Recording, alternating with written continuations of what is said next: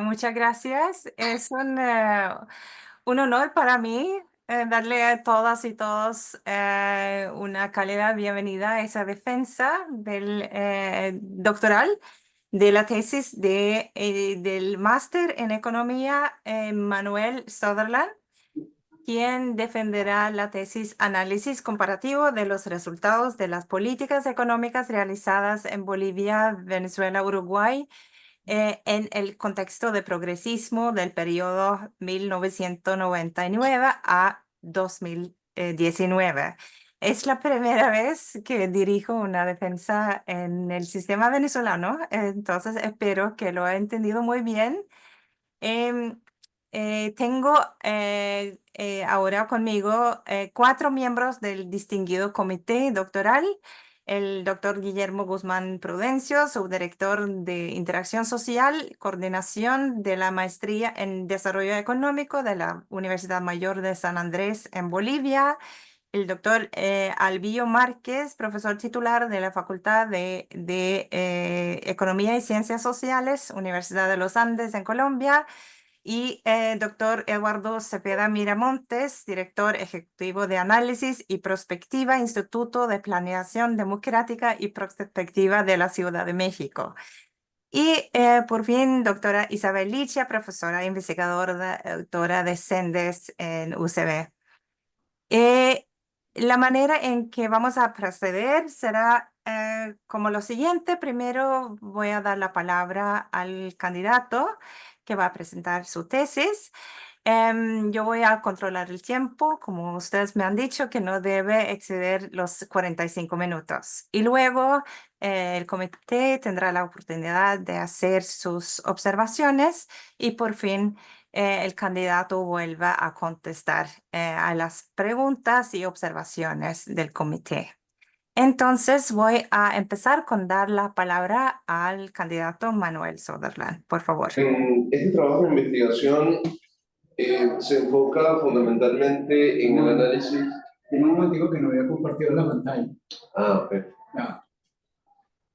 Entonces, si quieres, siéntate de este lado para que puedas ver mejor.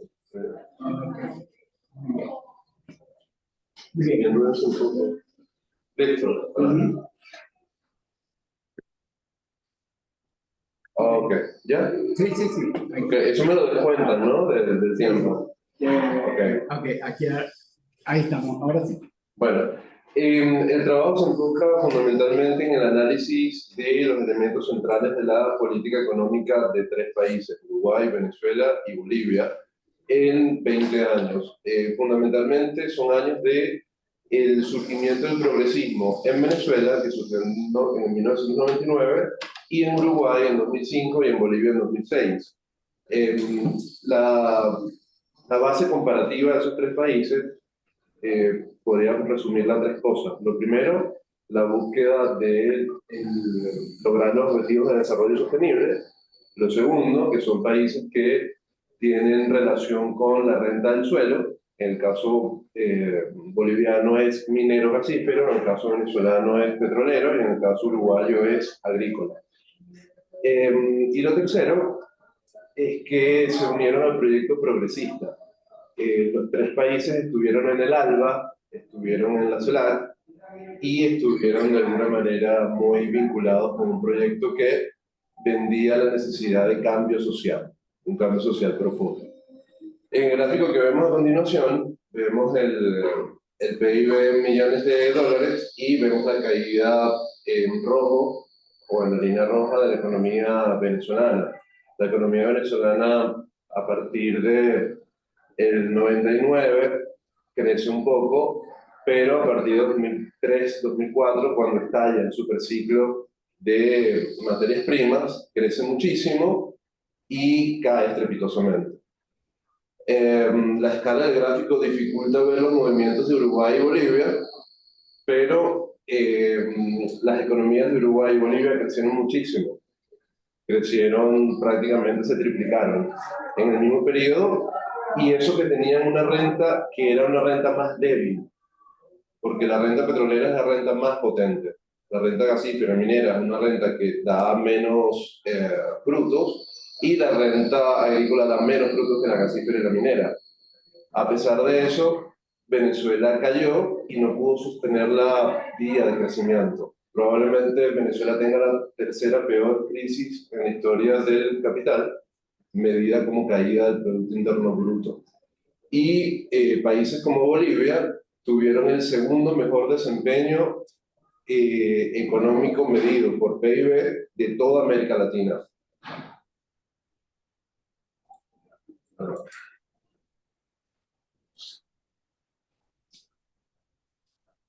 Ok, la motivación central del estudio de doctorado, en mi opinión, para mí, por supuesto, era entender por qué había países que se desarrollaban y países que no lograban el desarrollo de alguna manera. ¿Por qué países avanzan más rápido y por qué países avanzan más lento? La cuestión de tratar de investigar estos tres países completamente heterogéneos, con grandes diferencias, era ver qué era lo que tenían en común y qué era lo que los había diferenciado para tener resultados distintos. La idea sería arrojar propuestas políticamente útiles para tratar de influir de alguna manera con el conocimiento resultante en políticas que puedan mejorar la condición de vida de las personas que viven en esos países. En los gráficos que ustedes ven a continuación, vemos la pobreza medida por la línea del ingreso. Lamentablemente vemos el salto enorme que dio la pobreza en Venezuela. Vemos que en Uruguay la pobreza nunca había sido muy alta, pero fue disminuyendo de manera muy exitosa. En Bolivia también la pobreza disminuyó mucho. Y podríamos ver que en el caso boliviano el proceso de disminución de pobreza es anterior al progresismo, venía de una serie de políticas de ajuste exitoso. Y en el caso uruguayo había venido una crisis muy fuerte, la peor crisis en la historia del Uruguay, después del argentinazo 2001-2002, que devastó la economía uruguaya, pero a partir de ahí pudieron recuperarse y tener tasas de pobreza muy bajas. De hecho, la tasa de pobreza extrema, que está en la tesis, pero no acá, es apenas 0,30% en el Uruguay. En Bolivia era el país con tasa de pobreza más fuerte de los tres y era uno de los países más pobres de América completa. Ha tenido un resultado exitoso en ese ámbito con las cuestiones que ya vamos a ver a continuación. En la parte derecha hay un gráfico que habla de las kilocalorías consumidas por los tres países, ¿no?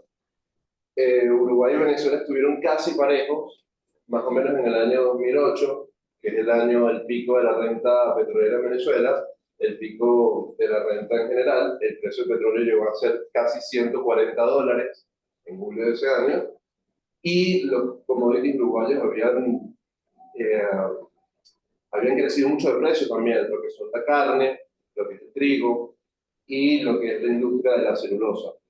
Las calorías consumidas en Venezuela han caído muchísimo, como ven en la línea roja del segundo gráfico. Hay un problema grave de subalimentación, que también aparece en la tesis, en la parte de prevalencia de la subalimentación, en el ODS número 2. Y aquí vemos que el crecimiento en las calorías no se pudo sostener y ahora hay un déficit importante sobre la cantidad de calorías necesarias para que la población pueda reproducirse biológicamente de la manera correcta. En Uruguay estamos hablando ya casi de 3.200, 3.300 calorías, que es bastante, y ellos están ahora haciendo programas para tratar de disminuir el peso de las personas. Hay problemas con la obesidad y las escuelas están hablando de nutrición. Yo creo que en Venezuela también habría que hacerlo, pero no para disminuir el peso de las personas, sino para que las personas puedan comer mejor, puedan comer menos frituras, por ejemplo, y menos harinas y azúcares, ¿no? Bueno, se trató fundamentalmente de identificar los errores y los éxitos conseguidos en todos estos procesos tan interesantes y tan heterogéneos. Al inicio se habló de las políticas de cómo estos regímenes progresistas surgieron, luego se habló de sus economías de forma estructural, y luego se hizo una comparación entre las políticas que habían hecho y sus resultados.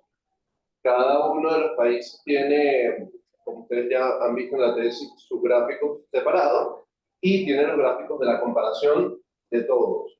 Se utilizaron algunos ODS de forma de referencia paramétrica, sin profundizar digamos, en lo que el objetivo de desarrollo sostenible se refiere, sino simplemente como una referencia paramétrica para hacer una comparación. En la bibliografía que estuve consultando no conseguí nada igual.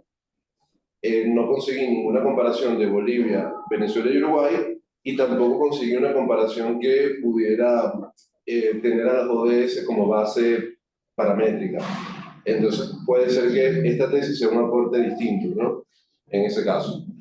Tratamos de hacer un análisis, o traté de hacer un análisis crítico para poder, desde la heterodoxia, acercarme a las razones del éxito y del fracaso de cada país.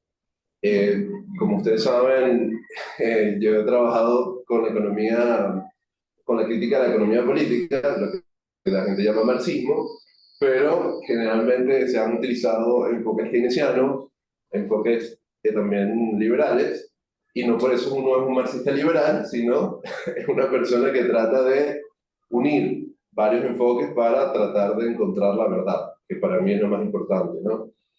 En el gráfico que está al lado vemos el déficit fiscal para el periodo completo. Vemos que en Bolivia hubo unos años largos de superávit importante.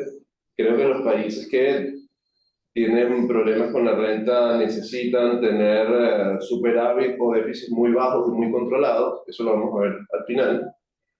Venezuela, lamentablemente, de 13 años de explosión rentística, tuvo 10 años de déficit, incluso con la renta subiendo, lo cual es bastante negativo.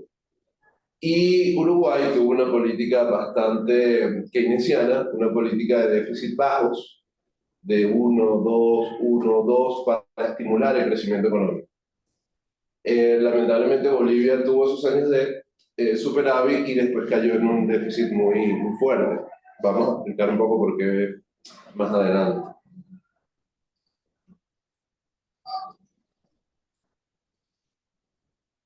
Ok, la comparación de los países utilizando los ODS tiene retos metodológicos importantes. Lamentablemente muchos indicadores y mucha data es difícil de conseguir, no solamente en Venezuela, sino me llevé una sorpresa en Bolivia y en Uruguay.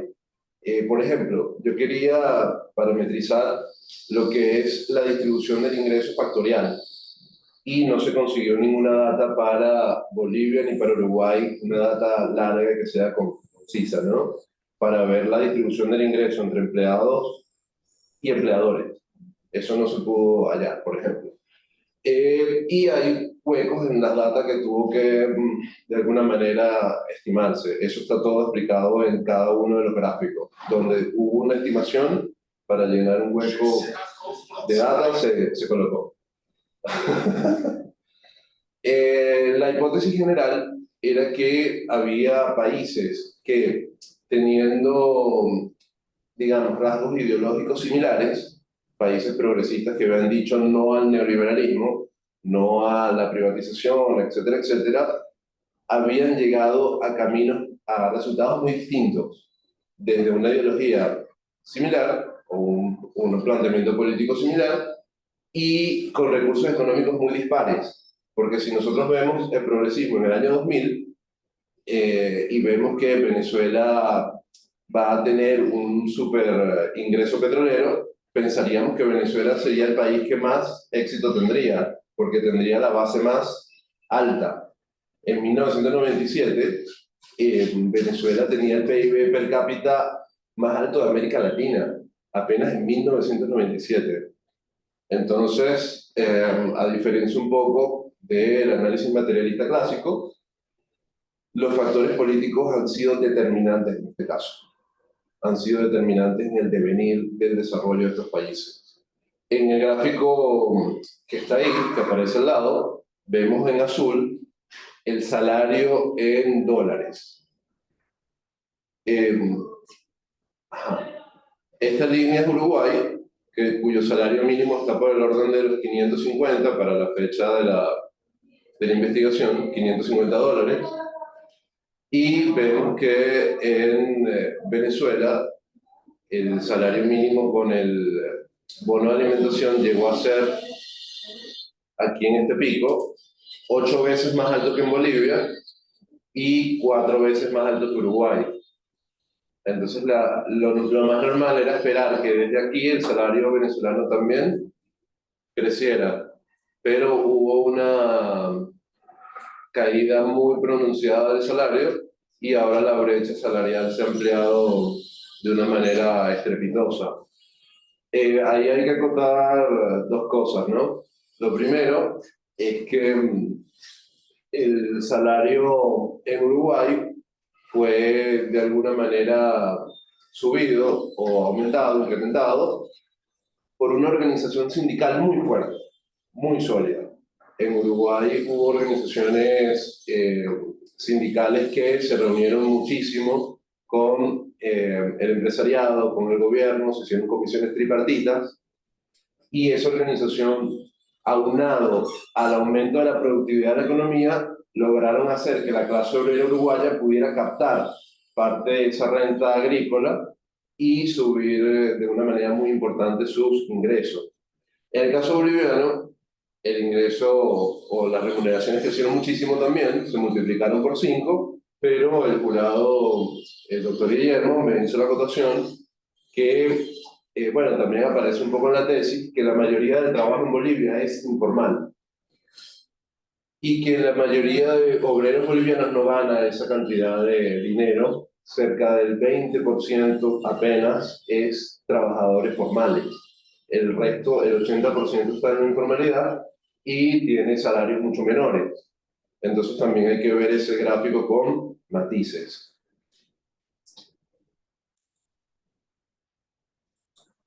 Ajá, vamos para las conclusiones.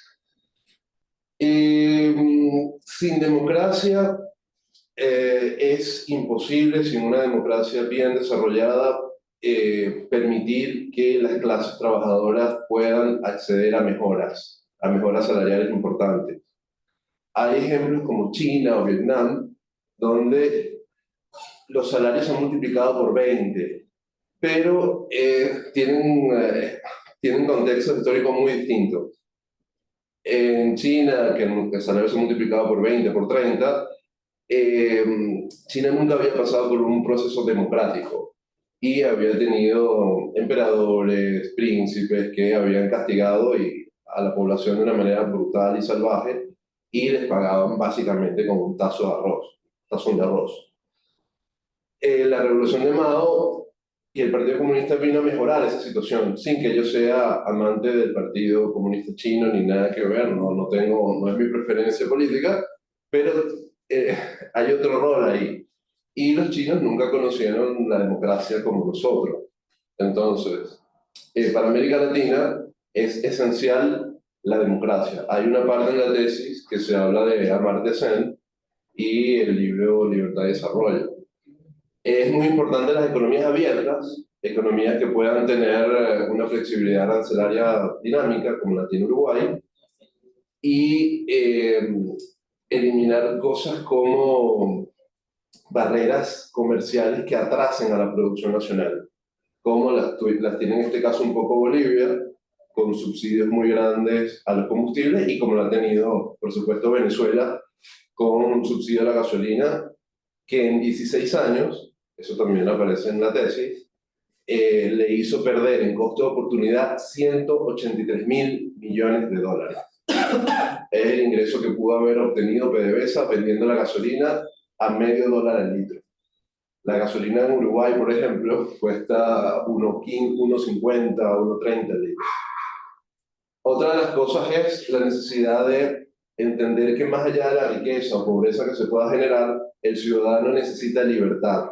Libertad para expresarse, libertad para, de alguna manera, expresar sus necesidades a viva voz. La limitación de estas necesidades o de estas expresiones de necesidades atenta contra el desarrollo integral del ser humano. Y en mi opinión, es parte de la necesidad del desarrollo sostenible, la libertad que se pueda desarrollar en ese caso, ¿no? La libertad para criticar es esencial. Lamentablemente en gobiernos como el gobierno boliviano y el venezolano, mucho más el venezolano, se limitó mucho la libertad para oponerse a políticas y se veía a los opositores como enemigos y no como posibles colaboradores para poder mejorar la situación. Eso evidentemente trae una cantidad de problemas graves y una confrontación social que tiende a destruir la economía tarde o temprano. En este gráfico que vemos acá aparece el PIB en manufactura y vemos cómo en Venezuela cayó el porcentaje de manufactura, en Bolivia se mantuvo y en Uruguay también cayó. Uno de los problemas que me han dicho economistas uruguayos como Luis Bertola, el doctor Bertola, es que Uruguay no pudo dar la transición industrial. Ha tenido buenos resultados económicos, pero no ha podido dar la transición hacia una economía mucho más industrialmente desarrollada. En Bolivia hay un problema que me acotó el doctor Guillermo, que era el relacionado a la pequeña escala de las empresas. Las empresas son muy pequeñas, son cooperativas, empresas, talleres, son chicas y como tienen una escala baja, se les dificulta lograr mayores índices de eficiencia, de eficacia, por el pequeño tamaño. Hay una atomización productiva muy grande. Ajá. Bueno, la domesticación del ciclo rentístico es esencial para poder, de alguna manera, transitar hacia el desarrollo sostenible. El ciclo rentístico es un ciclo que tiene un auge muy grande y en ese auge muy grande de ingresos, los gobiernos tienden a gastar mucho. Y cuando llega el periodo en el cual los ingresos bajan, el gobierno ya tiene un gasto muy alto y esa brecha no se puede cubrir y cuando llega el momento de cubrir esa brecha lo que hacen los gobiernos es gastar menos y cuando gastan menos lo que hacen es profundizar el ciclo. Ese ciclo rentístico, economistas como Asdrúbal Batista, Momer, lo trabajaron mucho en su historia, en su desarrollo intelectual, y ya en 1983 se tenía un libro que a mí me cambió la vida prácticamente, que es La economía política del capitalismo rentístico, de Don Asdrúbal, que en paz descanse, ¿no? Que lamentablemente no pude conocerlo, pero en ese libro ya se podía ver los males de la renta, los males que trae aparejada el mal manejo de la renta. No es que el petróleo sea malo o sea el excremento del diablo, yo no creo eso, pero sí es peligroso. Poniéndole una cuestión sencilla, es como si la ONU me contrata y me empieza a pagar $20.000 mensuales y yo empiezo a gastar 18.000 al mes y empiezo a endeudarme y a gastar a ese ritmo y llega la ONU y me dice se acabó el contrato. Entonces yo tengo clubes, equitación, tengo carros que me cuestan $5.000 al mes y no puedo pagarlos. Entonces esa caída es la que hunde a este tipo de países. En Bolivia está pasando y en Uruguay se ha mantenido mucho mejor, se ha manejado mucho mejor el ciclo. Se ha gastado menos y se han generado reservas, se han generado ahorros. El progresismo radicalizado es lamentablemente un problema en cuanto a la confrontación social que genera. Políticas muy radicales generan de alguna manera posiciones que están en contra de esas políticas y que se desarrollan de una manera muy confrontativa. Y esa confrontación social afecta mucho el desarrollo, afecta mucho la capacidad que tiene el país para poder crecer. Otra de las cosas es que, esto es más que todo una recomendación, pero una conclusión también, la renta debería estar fuera del presupuesto ordinario. Hay que sacar la renta del presupuesto ordinario. Yo cuando leí a Batista eso, yo le dije, Batista se equivocó, tenía yo 25 años, pero porque yo pensaba que la renta había que meterla lo más rápido posible en la economía, pero la introducción de la renta de golpe genera distorsiones gravísimas en la economía y lo necesario, como lo vamos a ver un poco adelante, es un fondo de ahorro. Bueno, aquí vemos lamentablemente la caída en la oferta energética en Venezuela. La oferta energética en barriles equivalentes de petróleo en Bolivia creció poco y en Uruguay ha crecido un poco más, pero lo importante de esto es que esta oferta ha venido con una sustitución de energías fósiles por energías verdes. Entonces Uruguay está en la vanguardia de la lucha contra el cambio climático dentro de América. Gran parte del desarrollo de energía eólica, por ejemplo, prácticamente cubre el 70 al 80% del requerimiento de energía de Uruguay. Y algo muy importante es que Uruguay es un importador total de energía, pero con la producción de energía verde han disminuido muchísimo la importación de combustibles fósiles, ahorrando divisas, por ejemplo. Recomendaciones. Es vital abrir un fondo de ahorro o fortalecerlo. El caso venezolano, por ejemplo, existía el Fondo de Estabilización Macroeconómica y el Fondo de Estabilización e Inversión Macroeconómica, FEM y FIEM.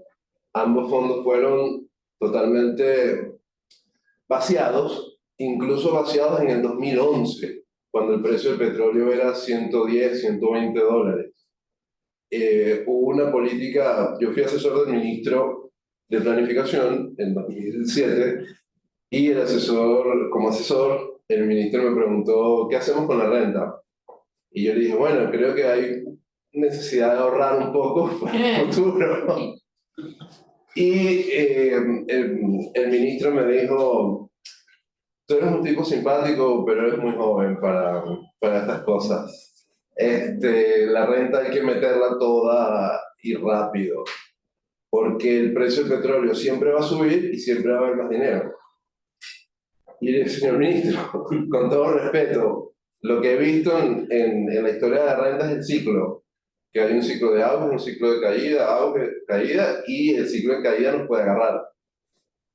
Al final me despidieron, tuve otras confrontaciones con el señor ministro, pero dentro del progresismo, un poco en Bolivia y mucho en Venezuela, se tenía la idea que los ingresos iban a crecer siempre y que íbamos a hacer siempre, íbamos a obtener muchos ingresos por un periodo larguísimo. Eso no se ha visto. Y cuando yo hablaba de ahorrar, decían que yo era un economista neoliberal, porque el ahorro está asociado a la austeridad y la austeridad está asociada a la derecha europea, a la CDU en Alemania y esas cosas.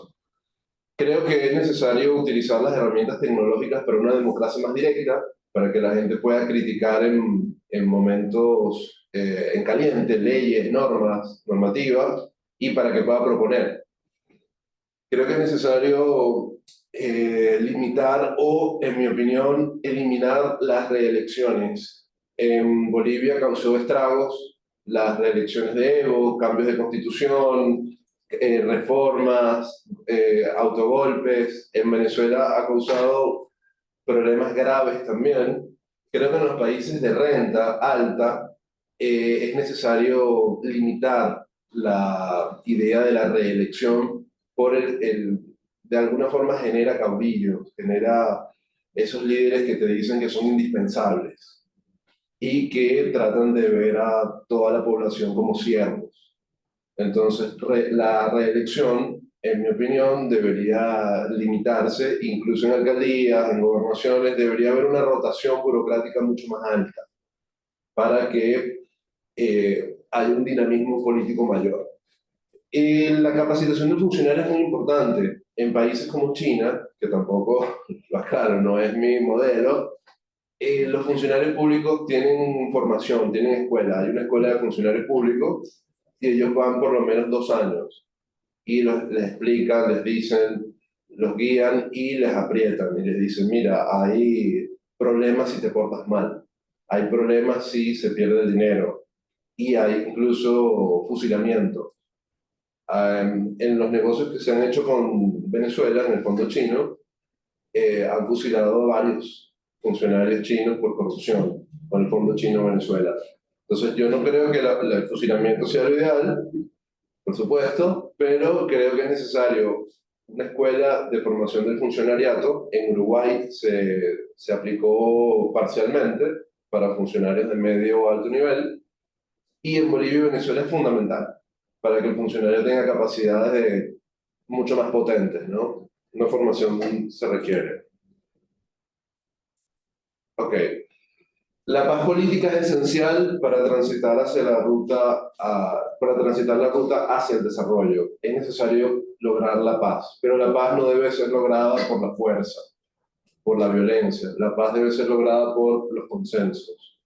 Es necesario que las políticas tiendan a que los partidos políticos, las ONG, las instituciones, las academias puedan reunirse en espacios donde puedan construir un boceto para un programa de desarrollo nacional, un programa de desarrollo nacional que supere las coyunturas partidistas puntuales. Lo otro es muy importante, la unidad latinoamericana, la articulación entre nosotros.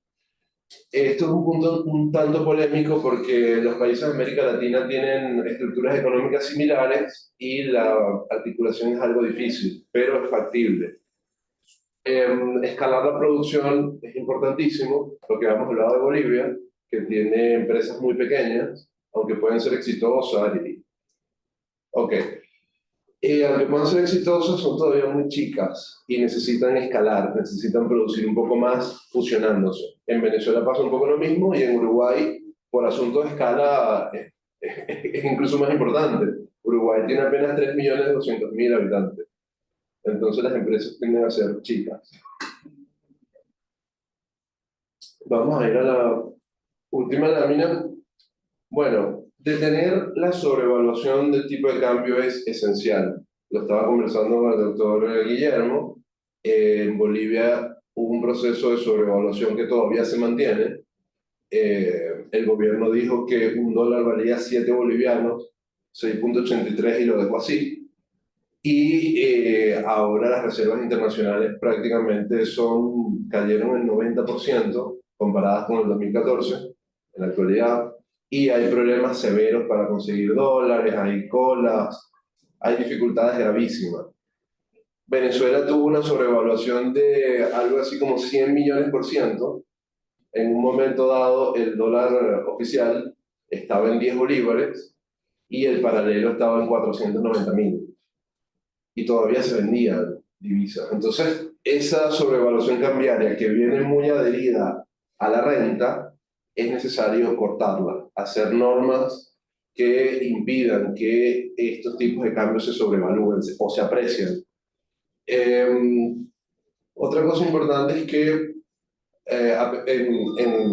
en toda la tesis hay como 100 gráficos, hay un montón de información, de data. Quise compartir casi todos los datos que conseguí. Igualmente, las personas que quieran investigar, les puedo mandar los 200 gráficos que no entraron. Pero a pesar de eso, todavía surgen muchas dudas, ¿no? Hay variables que influyen en el devenir económico y social de estos países que son difíciles de encontrar. Discutía o conversaba con el doctor Francisco Rodríguez y él me decía que él tiene la tesis o la idea que, por ejemplo, en Venezuela y en Bolivia hubo como una destrucción de ambos toletes políticos sobre el país para disputarse el poder, exactamente. Y que eso no está reflejado acá, por ejemplo. La cuestión histórica, la cuestión de la idiosincrasia, la cuestión cultural, hay muchos aspectos que no se trataron en la tesis porque se ubicó fundamentalmente en la parte económica del desarrollo y que son esenciales para seguir la investigación. Hay observaciones importantísimas que hemos venido hablando, observaciones de los tutores o de la tutora, del jurado, de la doctora Consuelo, que me guió ampliamente en la tesis y que sin su guía no hubiera podido terminar ni completar, que fueron introducidas y que tratan de ser explicaciones que faciliten el entendimiento. Yo creo que si este trabajo pretende ayudar a la población o a los políticos a hacer mejores políticas, tiene que ser sencillo y tiene que ser digerible. Gracias por su atención y su tiempo, muy amable.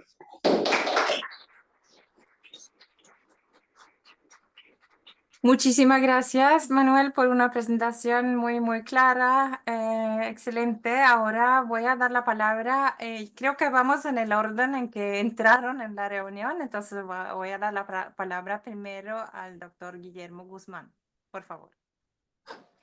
Muchas gracias, doctora Poole. Muchas gracias, Manuel, por tu exposición y por hacerme parte de este proceso tuyo para la obtención de la tesis y del título de doctor.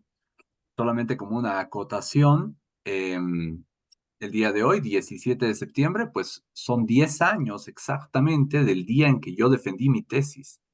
Así que para mí es una alegría poder celebrarlo contigo, aunque sea a la distancia. Me parece muy simbólico que 10 años después pues esté del otro lado y pueda contribuir con algo en este tu proceso que sé que es largo, que sé que ha sido difícil, pero que también va a culminar en un proceso que te va a dar muchas satisfacciones.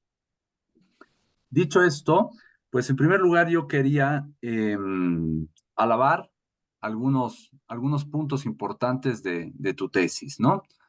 Me gusta mucho la estructuración de tu tesis, esta idea de la comparación de los tres países, que siempre es difícil hacer una comparación de tres realidades diferentes, y cómo has ido desarrollando este ejercicio de comparación a través de los diferentes ODS, ¿no? Entonces, esta tu estructuración de la tesis es clara, ¿no?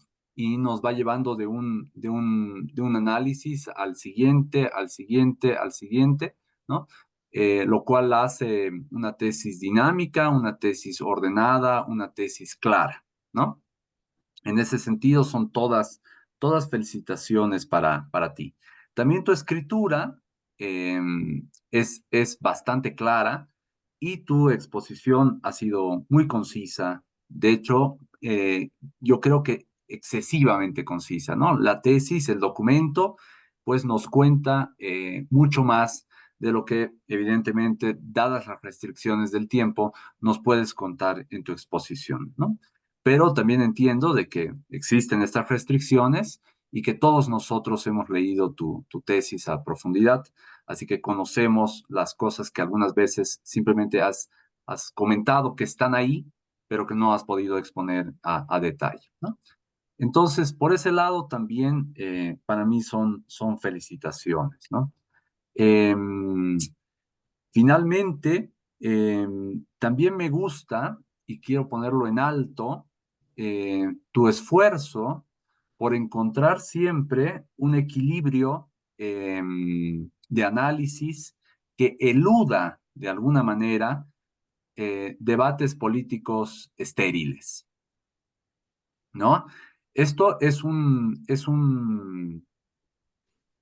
¿cómo puedo decirlo? Esto es un valor especial, no solamente a tu trabajo de tesis, sino a ti como académico y como analista y como economista y como persona en general, ¿no? Esta capacidad de abstraerse dentro de lo posible de sensibilidades políticas y más bien irse al tema de fondo, ¿no? A los datos. Entonces, Manuel, eso para mí también es un elemento muy valioso y que hace además que tu análisis sea más objetivo siempre dentro de lo que cabe, ¿no?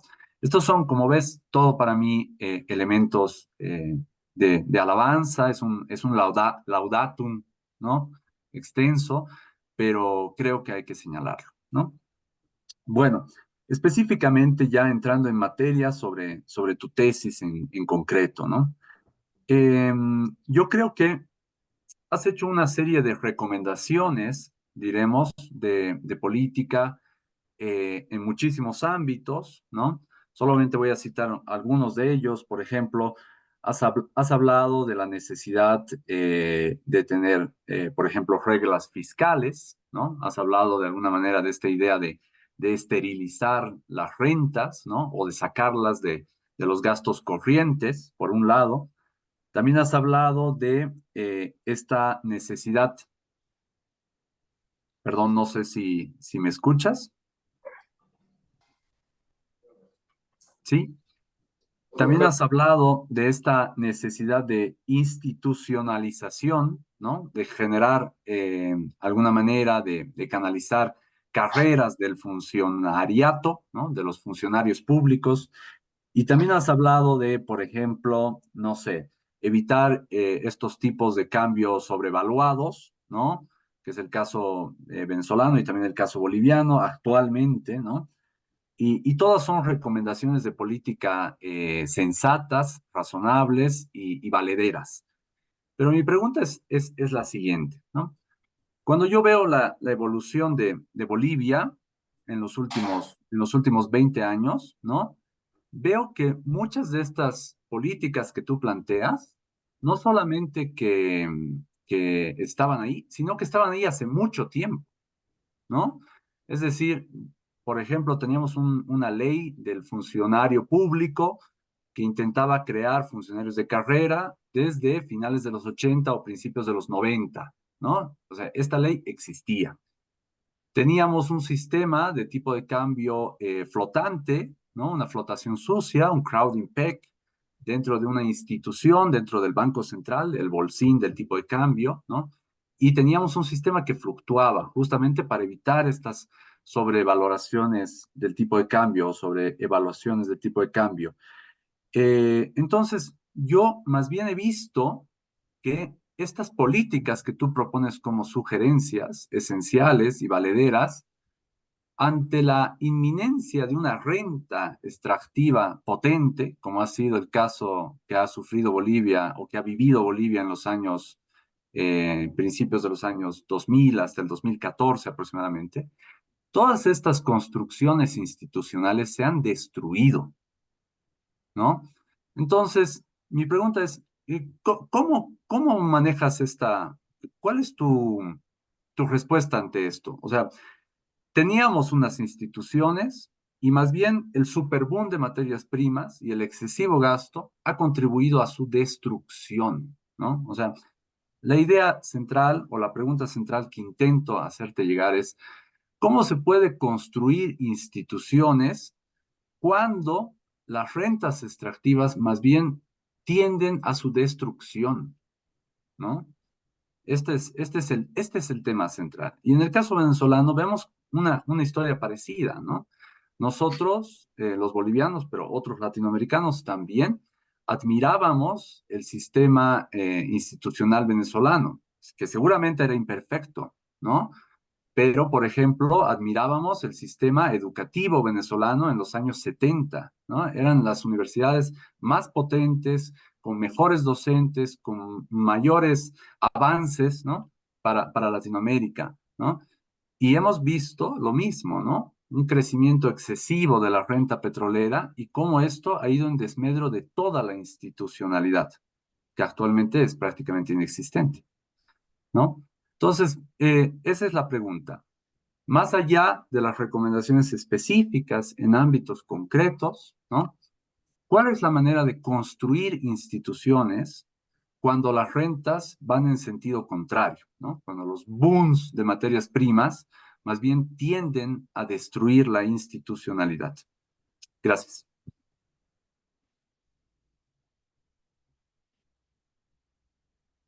Bueno, muchas gracias. Entiendo que el procedimiento es que primero hacemos todas las observaciones y luego vamos a dar la palabra al candidato. Entonces, ahora invito a doctor Alvio Márquez a hacer sus observaciones. Buenos días. Eh, mis saludos a todo el comité doctoral que hoy se encuentra acá reunido, al doctor Guzmán, al doctor Cepeda, la doctora Bull y la doctora Lincha de Sendes UCB. Quisiera primero aclarar que soy de la Universidad de los Andes, con sede en la ciudad de Mérida, Venezuela, para corregir por allí algo que se dijo al principio. Bien, mis saludos a Manuel Sutherland, un tema muy apasionante que escogió para su investigación. Yo me siento unido a las observaciones iniciales del profesor Guzmán en cuanto a la estructura, en cuanto al orden, en cuanto a la forma que a lo largo de todo el trabajo de investigación y especialmente en el documento escrito se hacen evidentes. De verdad que el trabajo está muy bien hilado, muy bien escrito, muy bien estructurado. Sobre todo la parte de el análisis empírico está muy bien hilado, una estructura impecable. Voy a partir entonces, ya habiéndome unido a los comentarios del profesor Guzmán con respecto a estos aspectos de forma, voy a seguir con la conversación que él tenía en los últimos minutos de su intervención. Yo veo en tu tesis elementos que es sumamente importante hacer brillar. Uno de ellos tiene que ver con aquellos aspectos que tú identificas como pivotes o como elementos comunes entre los sujetos de estudio que estás abordando. Tiene que ver uno de ellos con la vuelta hacia la izquierda, como tú la llamas en algunos pasajes de tu escrito, o hacia lo que insistes en llamar el progresismo desde el punto de vista político. Veo que ese es un elemento que tú identificas como común en los tres casos. Incluso entiendes que en cada uno de los casos esta forma de administrar lo político y lo económico tiene matices y por eso hablas de un progresismo moderado, un progresismo intermedio, un progresismo radical y ubicas a cada uno de los sujetos en esa categorización. Muy acertada, me parece, esa posición. Además de eso, otro elemento pivote sobre el cual rondan los tres casos de estudio tiene que ver con el hecho de el carácter rentístico de esas economías. Das allí en el marco teórico una muy buena, breve, pero muy buena definición de lo que es la renta, de lo que es su naturaleza, sus orígenes, tratando a los autores esenciales de ese tema. Ahora bien, en función de eso, aplaudo el hecho de haber tomado los objetivos de desarrollo sostenible como una unidad de cuenta, como una unidad paramétrica, como tú lo dijiste en tu exposición, para poder precisamente tener una idea de eso que tú llamas aciertos y desaciertos de la política económica en cada uno de los casos de estudio, y una buena manera de hacerla o de hacerlo es desde ese punto de vista, teniendo un referente y ese referente los objetivos de desarrollo sostenible que escogí. Ahora bien, luego de leer tu trabajo de investigación, entonces uno podría deducir que la fórmula para lograr alcanzar esos objetivos de desarrollo sostenible tiene que ver mucho con el cómo manejas la política económica, cómo, qué política económica ejecutas y cómo la ejecutas. Tú en tu discusión entonces nos presentas tres formas de diseñar y ejecutar la política económica y nos muestras cómo cada una de esas formas nos lleva a resultados distintos. Noto yo y pido allí tu consideración y sobre eso va, no una pregunta, sino la oportunidad de profundizar con respecto a lo que te voy a mencionar. Entonces, en función de lo leído, mi juicio es que acercarse a políticas económicas sensatas, como las acaba de definir el profesor Guzmán, es un elemento esencial para alcanzar, acercarse lo más posible a los objetivos de desarrollo sostenible.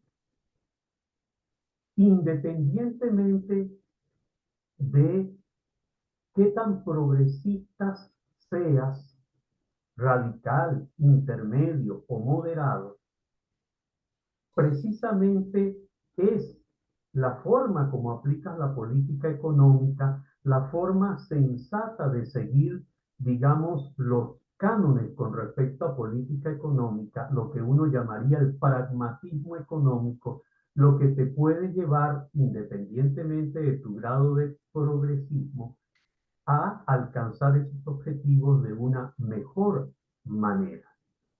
Eso es lo que yo deduzco como gran conclusión de tu trabajo. Comparto lo que menciona el doctor Guzmán a lo último. Los países, muchas de tus recomendaciones en algunos momentos las pusieron en práctica o ya las traían de manera previa al periodo analizado. Pero el crecimiento abrupto de la renta causó un proceso de indisciplina, por lo menos en el caso de Bolivia, en el caso de Uruguay, un proceso de indisciplina que dio en alguna medida al traste con situaciones que venían, digamos, siendo manejadas cabalmente o con algún nivel de éxito. En el caso venezolano, no diría yo que las instituciones eran perfectas, eran malas, pero es que después del crecimiento abrupto de los precios internacionales de las materias primas se hicieron muchísimo peor. Después, o mejor dicho, a raíz de los gobiernos bolivarianos, toda la política económica fue dirigida, como bien lo mencionaste tú en función de tu conversación con el doctor Francisco Rodríguez, fueron dirigidas voluntaria o involuntariamente, yo le doy más peso a al primer adjetivo, hacia una destrucción de la capacidad productiva de la economía venezolana, para de esa manera hacer mucho más fácil el viraje hacia un modelo económico y que distinto al que traíamos. Yo aún no veo la diferencia. Bien, entonces, en concreto, mi cuestionamiento para que tú profundices más que una pregunta es la política económica, mientras más se acerque a lo sensato, para usar las palabras de mi colega, mejor son para alcanzar los objetivos de desarrollo sostenible, independientemente del marco ideológico que, digamos, tinte el administrar de lo económico y lo político de cada uno de los casos de estudio. También quisiera pedir tu opinión acerca de si solo el progresismo, tal y como tú lo entiendes, se hace presente en América Latina o si podríamos hablar de él en términos más globales. Gracias, Sutherland. Te felicito por tu esfuerzo. De verdad que hay allí un trabajo de muy elevada calidad. Muchas gracias por comentarios muy profundos y interesantes. Y yo vamos a dar la palabra directamente al último como integrante del comité externo, doctor Eduardo Cepeda, por favor.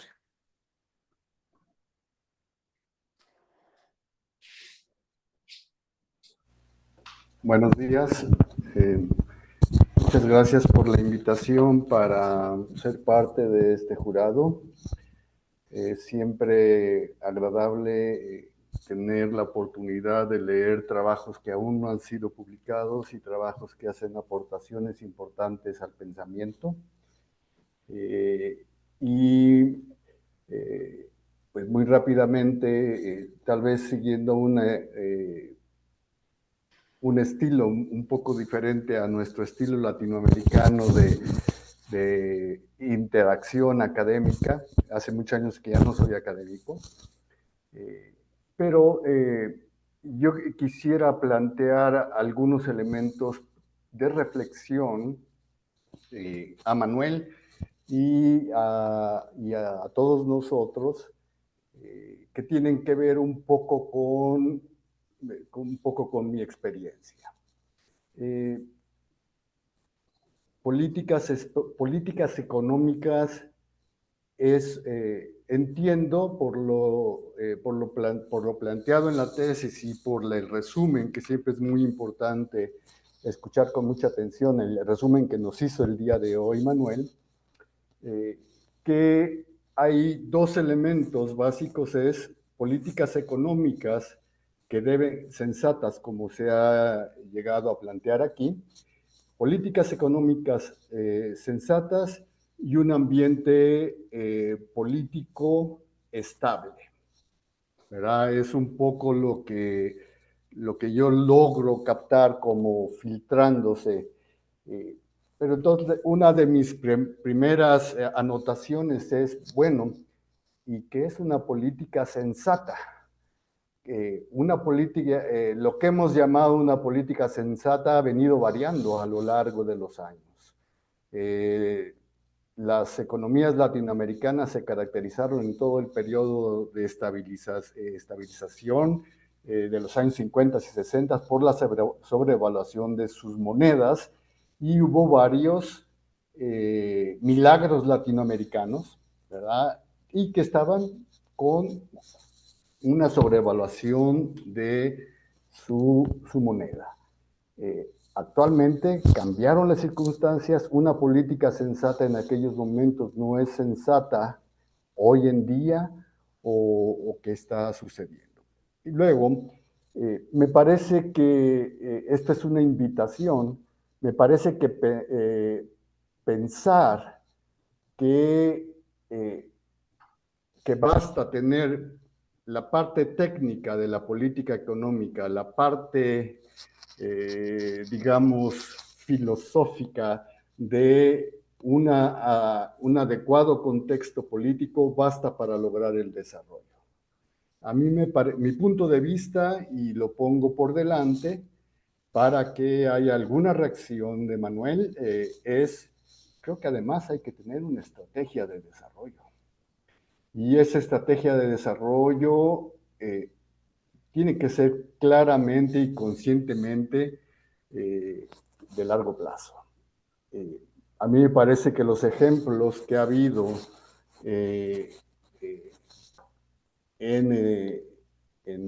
a lo largo de la historia económica de los últimos 70 años es que una visión de largo plazo realmente es un elemento importante que puede llevar con mayor probabilidad hacia un éxito. No quiere decir que el camino va a estar todo pavimentado, ¿verdad? Pero es imprescindible hacerlo. Entonces, esa sería un primer planteamiento. Un segundo planteamiento, que es también una invitación a la reflexión, es si es posible o en qué medida, más bien que si es posible, en qué medida podemos pensar que se puede bajar o inferir, para usar un término más apropiado, una estrategia de desarrollo de mediano y largo plazo a partir de los ODS. O los ODS es simplemente, como en tu caso, no digo simplemente, o es un marco que permite hacer una verificación de que también vas en aspectos importantes de la vida integral de las personas que constituyen las sociedades. Anecdóticamente, a mí me tocó ver en algunos lugares al inicio de los ODS, organizaciones internacionales y importantes consultores internacionales diciendo que sí se podía bajar una estrategia de desarrollo que tuviera mayor probabilidad de éxito a partir de simplemente analizar los multiplicadores de los objetivos de desarrollo sustentables. Yo no estaba de acuerdo con esa idea, ahora estoy aún menos de acuerdo con esa idea, pero simplemente lo planteo como elemento de reflexión. Por otro lado, sobre todo en la sobre todo tocando el tema de la renta. O sea, claramente, no todo país que ha tenido gran riqueza de recursos naturales de los cuales obtener una renta para financiar un desarrollo de largo plazo ha caído en la maldición de los recursos naturales. No todo país. Y entonces, ¿en qué consiste en realidad esa diferencia? Y yo preguntaría, para el caso específico de Bolivia, ¿cuál es en términos económicos y en términos de desarrollo, cuál es la importancia de una renta grande o pequeña a explotar por una nación cuando la informalidad es del orden del 80%, según las cifras que dijiste? Lo digo porque ¿cómo le haces para bajar esa renta cuando en realidad la economía está en otras circunstancias? ¿Y cómo le haces, y en específico el instrumento de manejo de la renta que planteaste, que es un plan de ahorros adecuados, cómo es que se relacionaría con una reducción de la informalidad o a la vez un progresismo, un mejoramiento sustancial de las actividades informales, ¿verdad? Que a mí me llamó mucho la atención ese planteamiento que hiciste en tu exposición, porque no alcanzo a vislumbrar, y tal vez nos pudieses ayudar a dar pautas para pensarlo, cómo es que este elemento podría estar ahí funcionando. Entonces, con estos tres elementos que planteo, lo dejaría como para invitaciones a la reflexión colectiva, y cedo la palabra. Creo que ahora te toca a ti, o no sé cuál, no tengo muy claro cuál sería el siguiente paso. Muchas gracias. Muchas gracias. Yo creo que ahora le toca a la doctora Isabel Licha. Por favor. Muchas gracias, Manuel. La verdad que ha sido un gusto leer el trabajo y escuchar tu presentación. Yo lo valoro muchísimo, valoro el tema y intento de reflexionar y distinguir niveles de progresismo en las experiencias históricas recientes que hemos tenido, sobre todo con vistas a lo que estás propuesto, que es poder aprender de allí, encontrar factores a considerar en las nuevas ediciones que hay de políticas de gobiernos progresistas en la red. Pero no obstante, bueno, valoro muchísimo también la vinculación con los ODS, con el desarrollo sostenible, y creo que dejan una puerta abierta en la que hay que seguir profundizando para ver cómo, con progresismo o sin progresismo, porque el desarrollo sostenible exige gobiernos progresistas en muchos sentidos y dimensiones de la vida y del desarrollo. Entonces, per se, el llamado que hace el desarrollo sostenible es que, hemos analizado los casos progresistas, han sido hasta donde tú puesto un progresismo medio limitado en todos los tres casos, que deja todavía mucho por desarrollar, muchas cosas por fuera. No obstante, estamos todos convocados como países de la región a hacer un esfuerzo para devenir todos progresistas en términos de las tres dimensiones del desarrollo sostenible. Entonces creo que tú también en tus consideraciones finales, en las conclusiones, tú dices no hemos podido dar con algunas variables, no las hemos podido considerar, esta indagación sigue. Esta indagación sigue, yo creo que tú dejas abierta allí la puerta para seguir enriqueciendo el conocimiento a la luz de la experiencia histórica de lo que podría ser aprendizajes mayores, valiosos para nuevas ediciones. Comprender per se lo que es ser gobierno progresista en estas condiciones como las de América Latina. Sin embargo, a mí me gustaría, no solamente en tu exposición de hoy, sino también en la lectura de tu trabajo, hay todavía preguntas que yo me hago porque no quedan del todo zanjadas. Por ejemplo, ¿cuáles son tus criterios para distinguir en esos tres niveles el progresivo, en el radical, en el moderado y en el intermedio? ¿Verdad? Y parecieran que está implícito, pero no explícito, que es el grado de perturbación política en el entorno que esos proyectos generan en sus respectivas realidades. Pero no lo dices explícitamente, sino que te vas a medir resultados, a explorar comportamiento de indicadores y nos encontramos con todos los resultados que tú apuntas en el trabajo, ¿verdad? Entonces sí sería bueno revisitar digamos, ese concepto de inicio en el que tú distingues entre tres niveles de progresismo de una manera súper interesante y digamos que llama a seguir indagando sobre el tema. Hay otro aspecto, ¿verdad? Sobre el caso venezolano, es que el comportamiento de las variables en el caso venezolano es demasiado extremo y es una disonancia con el comportamiento de los otros dos casos.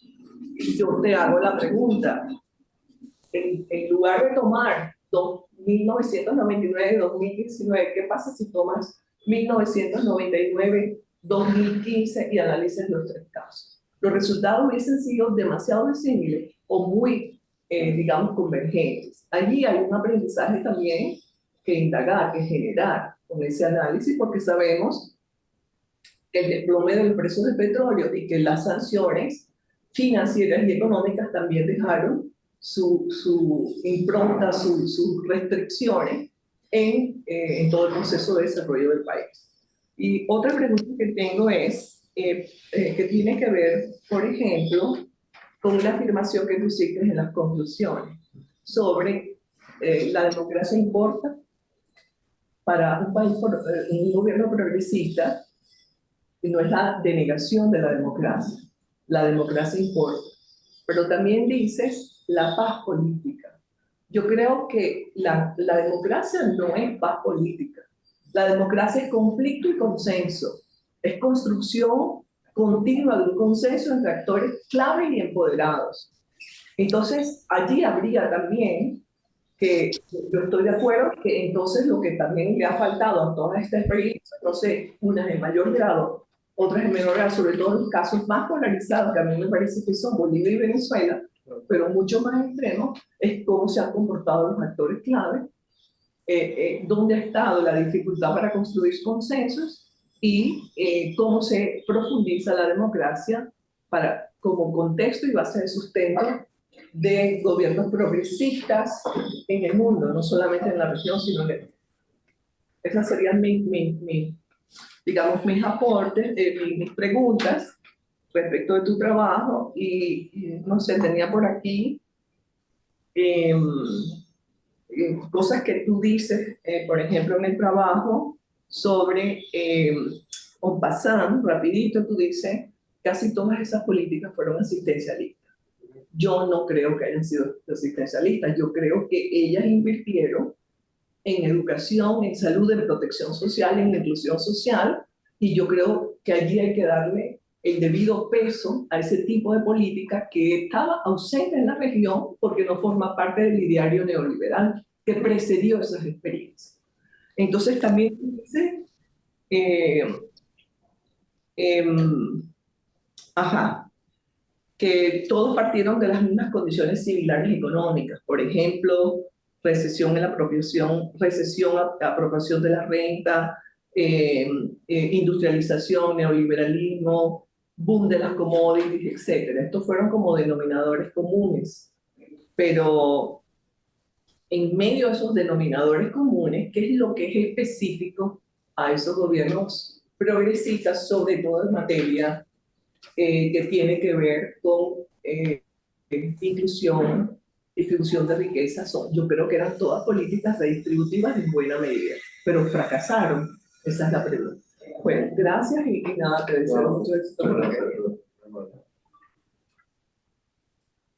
Bueno, muchas gracias. Ahora voy a agregar algunos comentarios yo. Voy a empezar con felicitarte, Manuel. Ha sido un placer no solamente leer la tesis, pero conocer tu trabajo durante muchos años. Yo asumí el cargo de tutora este último año, entonces llegué un poco tarde. Hemos tenido algunas oportunidades de discutir el contenido, pero no desde el inicio. Pero yo he aprendido mucho. Yo creo que esa tesis tiene varias calidades. Lo que yo particularmente aprecio de la tesis y también tu trabajo en general es tu trabajo empírico, que lleva muchos datos que yo soy politóloga, aquí en Noruega me cuesta trabajar con economistas porque son muy teóricos, solo modelos y falta mucho esa dedicación a estudiar la economía empírica. Y yo creo que también la importancia de ser trabajo con relevancia directa a la política. Y eso creo que esa tesis lleva y también tu trabajo en general. Em, para mí también es una gran ventaja que, bueno, siempre tenemos nuestras perspectivas, pero para mí eso es un trabajo no ideológica que trata de ser fiel a los datos y estudiar las cosas como son. Entonces, eso yo creo que es de gran valor para mí como estudiante desde muy lejos de la economía y la política en América Latina y Venezuela en particular, pero también en general. Y yo creo que esa tesis sí tiene relevancia mucho más allá de América Latina. No es la única región con economías rentistas y que busca estrategias de desarrollo. Yo he aprendido mucho de los comentarios del comité. Yo creo que son muy profundas, interesantes e importantes. Y mis comentarios coinciden un poco con varios y sobre todo con las de la doctora Licha. Yo también he notado y lo hemos discutido antes, digamos, tu distinción entre los diferentes modelos. Y eso es mi primer comentario, que distingues entre un progresismo radical, moderado y intermedio. Pero este nombre solo indica una dimensión de las diferencias. pero hablas de varias dimensiones. Entonces, mi pregunta sería, si tuviera que caracterizar estos modelos más cualitativamente y no solamente en una dimensión, como más o menos radicales y moderados, ¿cuál sería? Yo creo que eso podría dar un aporte aún más profundo de tratar de caracterizar los modelos en sus diferentes dimensiones. Y tiene ya una descripción de diferentes dimensiones en varios lugares, sobre todo en la introducción, que podría llevar insumos a eso.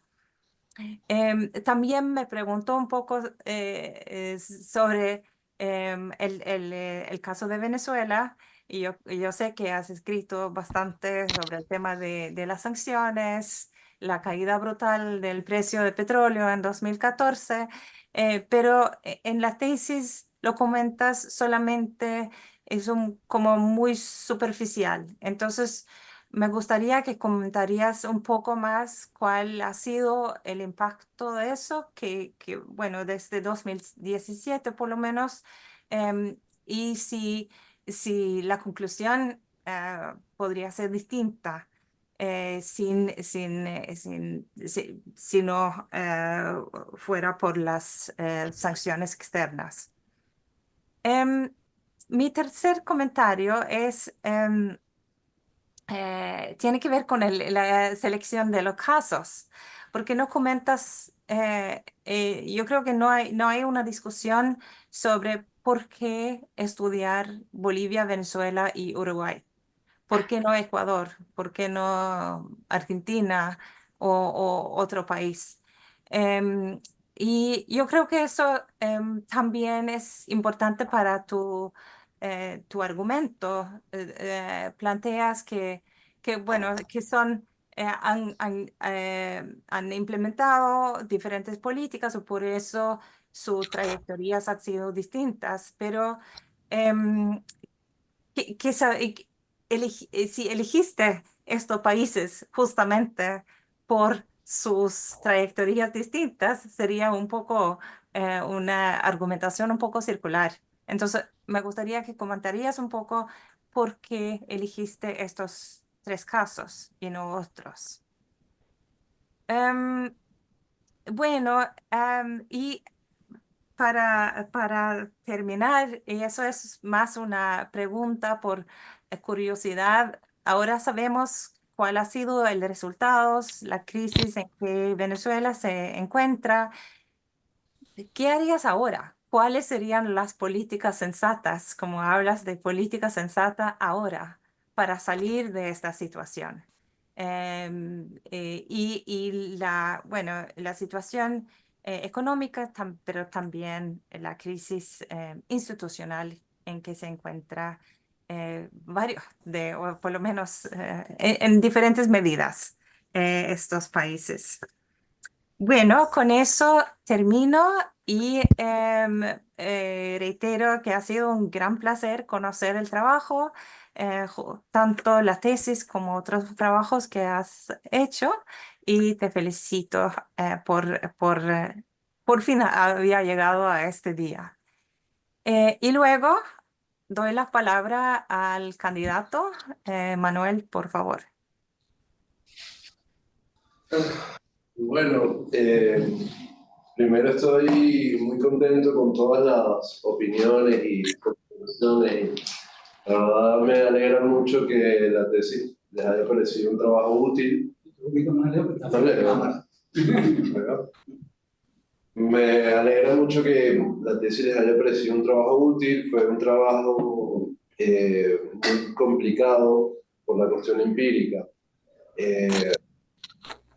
Hay como 350 gráficos en total y un montón de tablas y un montón de cosas que había que armonizar. Había que armonizar en periodos, en datos, en monedas.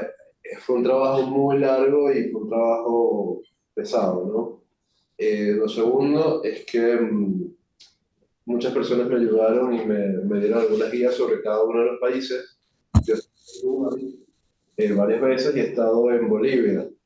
conozco algo, pero también hablar de otro país tampoco es tan sencillo, porque son diferencias culturales, económicas, datos, hay cosas que los bolivianos llaman de una manera y los uruguayos de otra, ¿no? Bueno, voy con las preguntas y los comentarios. ¿Qué tiempo tengo para responder eso? Tengo un montón ¿Qué pregunta? Bueno, voy a hacer muy rápido porque son 10 minutos. Quisiera responderlas todas, ustedes saben que mi intención es esa, ¿no? Pero bueno, con 10 minutos voy a ser muy breve. La cuestión del doctor Guillermo Guzmán es cierto, existe en Bolivia ley de funcionarios, existía el crawling peg como forma de tipo de cambio, y el boom de los precios de las materias primas destruyeron gran parte de la institucionalidad. Lamentablemente en Bolivia y en Venezuela, en la medida en que la renta fue ingresando, causó una indisciplina fiscal, una indisciplina de gasto. Para ponerlo de una manera sencilla, el mismo ejemplo de la ONU, si gano $1.000 al mes y de repente empiezo a ganar 10.000, voy a ahorrar menos, voy a comer más en restaurantes y voy a ser menos disciplinado con mis finanzas. Eso es lo que sucede siempre en los países rentísticos. En Uruguay la renta tenía una magnitud mucho menor y además no estaba tan en manos del Estado. Entonces la administración de esa renta es distinta. En caso de Bolivia y Venezuela, en Bolivia hay menos renta en manos del Estado también, por las regalías son menores y las dividendos son menores. Y en Venezuela la renta fue realmente una cantidad monumental e hizo que hubiera una mala gestión. ¿Qué es lo que hay que hacer para evitar eso? Como me comenta el doctor Guzmán. Bueno, en la tesis se recomienda sacar la renta del presupuesto y generar un fondo de ahorro y gastar de una manera muy acotada el dinero de la renta en inversiones para la producción y la productividad, en proyectos, con una organización que no sea partidista, sino técnica. Por ejemplo, el Fondo Noruego ahora tiene cerca de $1 trillón, un poco más de $1 trillón, es decir, 1.000.000 de dólares. Noruega tiene 5 millones de habitantes. El fondo noruego se hizo después del fondo venezolano. Nosotros pudimos haber tenido ese fondo también. La cuestión de cómo manejar la renta y las políticas económicas para llegar a los ODS. A ver, la cuestión de la renta y la política económica se trata de mantener equilibrios fiscales y mantener equilibrios macroeconómicos. Los desequilibrios fiscales y los desequilibrios macroeconómicos rompen la ruta hacia los ODS. Eso no quiere decir que una economía sana llegue automáticamente a los ODS. En una de las recomendaciones que hago, aquí se colocaron pocas, ¿no? Planteo que es necesario crear comisiones especiales para el estudio de los ODS y cómo impulsarlas socialmente en cada país. Eso ya existe en Uruguay. En Uruguay hay una comisión de seguimiento de los ODS y una comisión que busca tratar de ver cuáles son las políticas para llegar más rápido a las metas del objetivo de desarrollo sostenible. En Bolivia hay también comisiones, pero en Uruguay está mucho más formalizado. En Venezuela yo no conozco desde el Estado esa organización. Claro, otra de las cosas que plantea el doctor Guzmán es que la renta, cuando ingresa de esa manera tan grande, tiende a desinstitucionalizar a los estados, a las naciones. Por ejemplo, las misiones, las cuestiones paralelas de gastos fantasmas, la idea de gastar el presupuesto por afuera del presupuesto, los gastos adicionales, los créditos adicionales, etcétera, etcétera, son formas de desorden y de disciplina fiscal que siempre terminan mal, aunque tengan buenas intenciones, no lo niego. ¿Qué es una política económica sensata? Bueno, eso nos llevaría 2 horas. Pero lo que quisiera destacar ahí sería una política que permitiese mantener los equilibrios macroeconómicos, que no haya mucha inflación, que no haya una depreciación muy alta del tipo de cambio, que no haya una apreciación muy alta del tipo de cambio, mantener esos equilibrios en aras de crecimiento. Insisto, para llegar a los ODS se necesitan muchas cosas más. Eso es solamente un aspecto. Es un aspecto importante, un aspecto central, pero no es el único. Hay otros aspectos que están influyendo. Se puede derivar de los ODS una estrategia de construcción. Bueno, pues, de todas maneras voy a ir rápido. Se puede derivar una estrategia de construcción planificada para lograr los ODS o derivada de los ODS. Yo creo que los ODS son esenciales, pero no son todo. Son también un aspecto en un plan de desarrollo económico a largo plazo, como lo dice el profesor Eduardo, que hay que hacer. Hay que pensar en el largo plazo, hay que pensar en muchas variables y hay que pensar en una integralidad de un proyecto que supere las bases políticas y los conflictos políticos inmediatos, las coyunturas. Más allá de pensar en que hay que subir o bajar el precio de la gasolina, hay que pensar qué vamos a vivir en 50 años. Vamos a ser un país petrolero, por ejemplo, en el caso venezolano, o en el caso uruguayo, vamos a seguir siendo un país agrícola dentro de 60 años. En Uruguay se ha avanzado en comisiones de estudio de largo plazo. Repito, en China, no soy pro China, pero hay comisiones de estudio para 100 años de la economía y de la sociedad, donde ellos se plantean dónde van a estar en 100 años y qué van a hacer. En Venezuela prácticamente hay comisiones de la semana que viene, pero más allá de la semana que viene es necesario planificar. Ahora, ¿cómo disminuir las actividades informales en Bolivia? Y la cuestión de cómo se distribuye la renta en Bolivia. Eso también llevaría a otra tesis, la distribución interna de la renta, pero en los países rentísticos la sobrevaluación del tipo de cambio es una de las formas de distribución de la renta. El tipo de cambio está sobrevaluado, la gente puede captar renta comprando dólares más baratos. Es decir, si el dólar, el precio de equilibrio es 10 bolivianos, y el gobierno te lo vende en 7, el gobierno te está transfiriendo 3 dólares directamente. Y eso te permite que puedas importar más, que puedas gastar más en el extranjero. Y como me decía el doctor Guillermo Guzmán, muchos bolivianos de cooperativas estaban regalándose camionetas Toyota a final de año. Camionetas Toyota de $70,000. Y cuando se casan, muchos están yéndose a Punta Cana y están planteando la cuestión de las playas porque el tipo de cambio está muy apreciado. Y eso puede ser una medida de redistribución de la renta, pero es una medida que en el mediano y largo plazo es nefasta, porque termina deprimiendo la economía, termina deprimiendo las capacidades productivas internas y la competitividad de las industrias del país. Los criterios para distinguir esos tipos de progresismo. Progresismo radical, moderado, intermedio. Yo no me quise meter tan profundo en eso, hay apenas una página y media que explica la tesis, los parámetros, pero para decirlo de una manera muy resumida, el progresismo radical se caracteriza por ser menos democrático, o tener una tendencia un poco más autoritaria, un poco más autocrática. El progresismo moderado, como el uruguayo, es un progresismo de mayor consenso y de mayor discusión y de mayor construcción democrática de base. El progresismo intermedio tiene un poco de ambos, porque el proceso boliviano desde su nacimiento fue un proceso donde las bases tuvieron un protagonismo muy importante.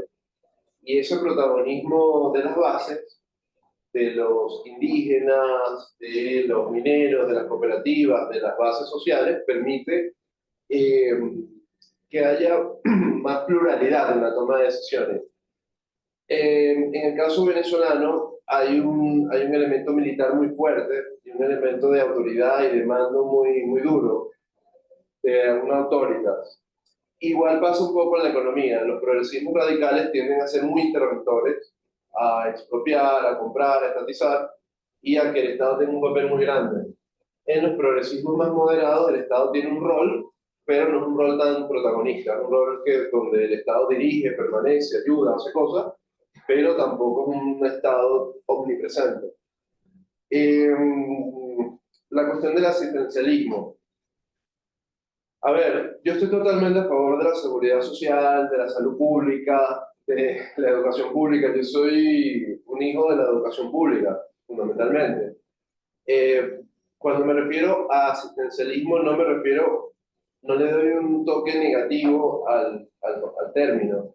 Yo estoy de acuerdo en que haya subsidios, que haya transferencias directas unilaterales, y en el caso boliviano, en el caso venezolano, incluso en el caso uruguayo, estas transferencias directas pudieron mitigar y disminuir seriamente los índices de pobreza y ofrecer educación y ofrecer valores para aumentar la productividad de los pobladores. El asunto es las bases con que se realiza esa asistencia, la forma como se realiza y la necesidad de que eso sea un componente temporal para que pueda ser superado en el mediano y largo plazo y que no tenga ningún tipo de componente ideológico, que sea un componente estructural del Estado. La cuestión específica de cada país se trabaja también en la tesis, en un espacio de la tesis, no lo quise trabajar acá, en cada espacio de la tesis, digamos, en la parte intermedia, hay descripciones económicas de cada país. Ahí hay una profundidad un poco mayor, pero evidentemente por ser 3 casos y por ser 20 años, mi análisis no es tan profundo como debería, porque si no la tesis me da 5.000 páginas y se pierde la parte comparativa.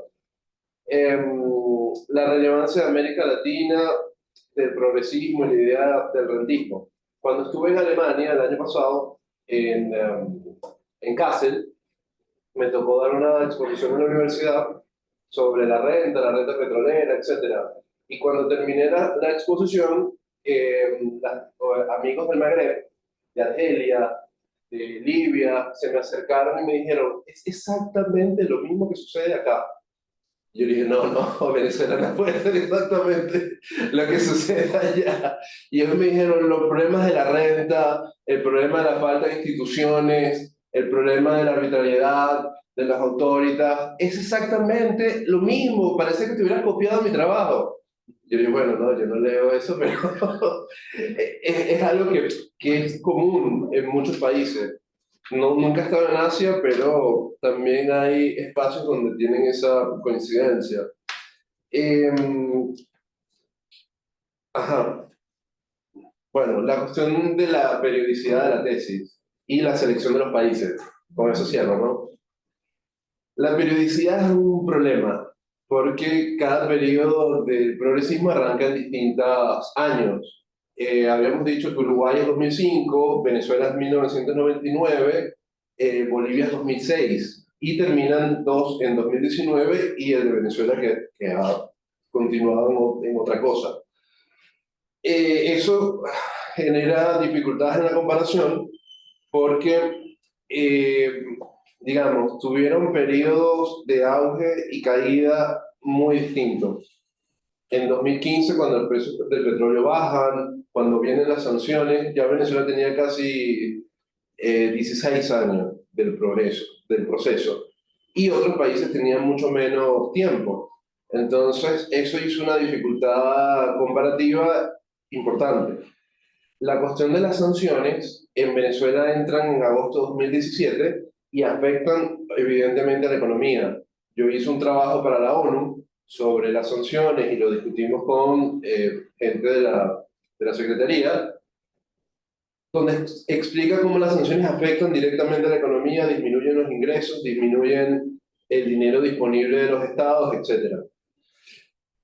Sin embargo, las sanciones más fuertes que llegan a la economía venezolana llegan en 2019.